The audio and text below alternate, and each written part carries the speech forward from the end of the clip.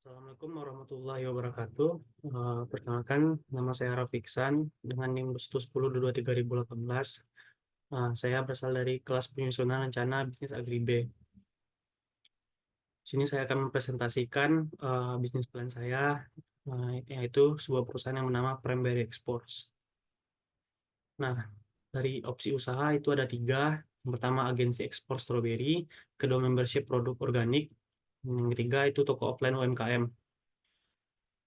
Setelah dilakukan pemilihan opsi usaha dengan menggunakan skala Likert, itu saya mendapatkan hasil di mana skor yang tertinggi itu adalah agensi ekspor stroberi dengan angka 4,01.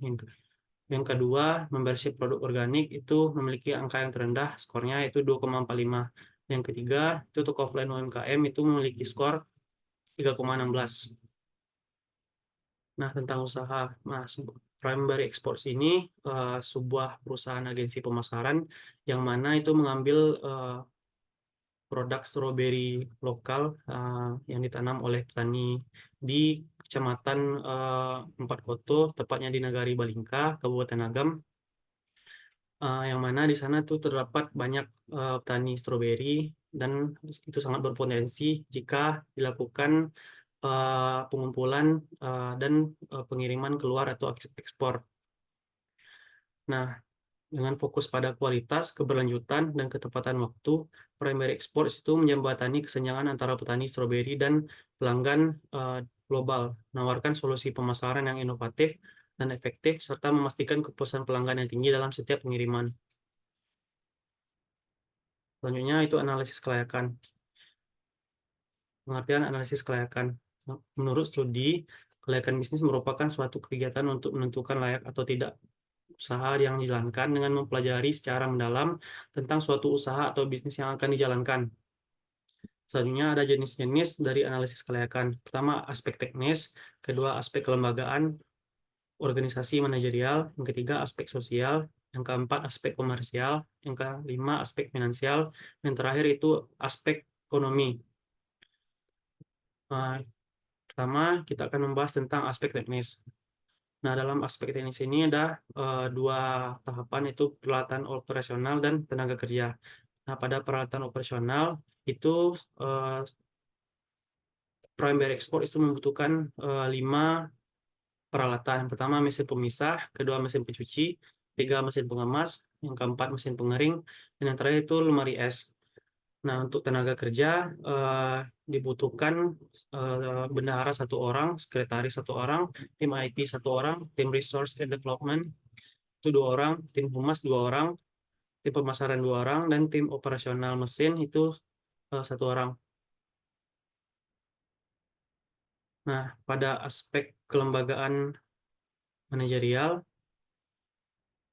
organisasi dan manajerial. Nah, pada kelembagaan ini, Primary Export mematuhi aturan hukum untuk penegakan usaha itu pasal SIUP pasal 3 ayat 1 dan 2 Peraturan Menteri Perdagangan, di mana eksportir wajib memiliki NIB dan perizinan berusaha di bidang ekspor.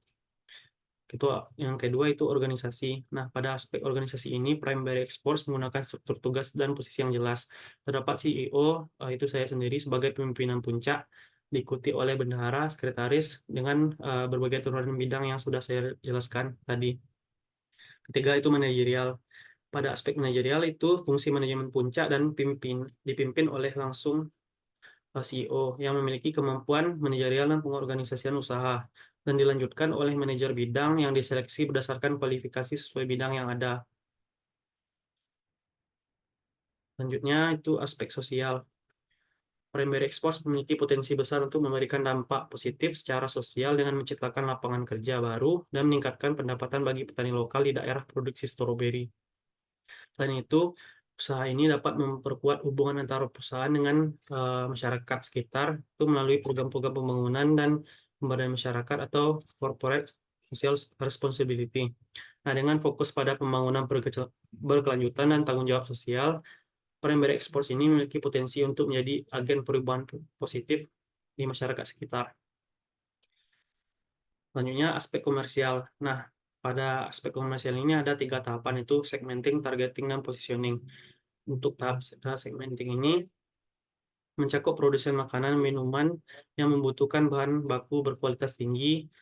Lalu yang kedua, pengecer grosir yang mencari produk berkualitas untuk dijual kembali. Dan terakhir itu konsumen akhir yang menghargai kesegaran dan kualitas premium. Yang kedua itu targeting. Target pasar kami itu fokus pada segmen produsen makanan dan minuman yang menginginkan bahan baku berkualitas tinggi untuk produk mereka. Yang ketiga itu positioning. Nah, perusahaan ini menempatkan produk stroberinya sebagai pilihan yang unggul dalam hal kesegaran, kualitas, dan keberlanjutan dalam rantai pasokan.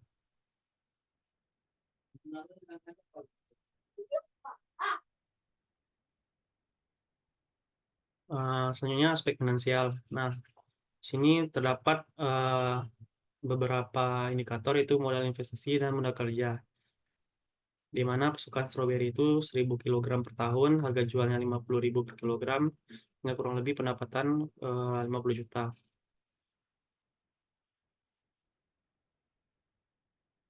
Lalu untuk perhitungan yang telah dilakukan di Excel, didapatkan benefit per cost-nya itu 1,1842. Yang mana artinya itu proyek visible atau layak untuk dilanjutkan atau diberi investasi, karena setiap tahun investasi atau cost yang ditanamkan itu akan mendapatkan 0,1842. Selanjutnya net present value itu sebesar 9.281,94, yang mana artinya proyek visible karena layak dilaksanakan, benefit lebih besar atau memiliki selisih positif dengan cost sekarang. Selanjutnya sensitivitas IRR 15,41. Jadi IRR ini itu lebih dari 7%, maka usaha ini visible atau layak dilakukan. Terakhir itu payback period 3,8, di mana artinya uh, usaha ini akan berjalan, uh, usaha ini akan mendapatkan keuntungan atau mendapatkan modal kembali itu ketika memasuki 3 tahun 8 bulan. Selanjutnya aspek ekonomi. Nah, dari segi ekonomi, primary exports ini memiliki potensi yang baik untuk memberikan kontribusi positif terhadap pertumbuhan ekonomi lokal dan nasional. Nah, sehingga nanti dapat menciptakan lapangan kerja baru, meningkatkan pendapatan petani lokal, dan membuat peluang ekspor yang menguntungkan bagi perusahaan serta negara. Nah, dengan memanfaatkan sumber daya alam secara berkelanjutan dan meningkatkan nilai tambah produk, perusahaan ini dapat menjadi pendorong utama bagi pembangunan ekonomi yang inklusif dan berkelanjutan. Nah, selanjutnya itu ada model kanvas bisnis.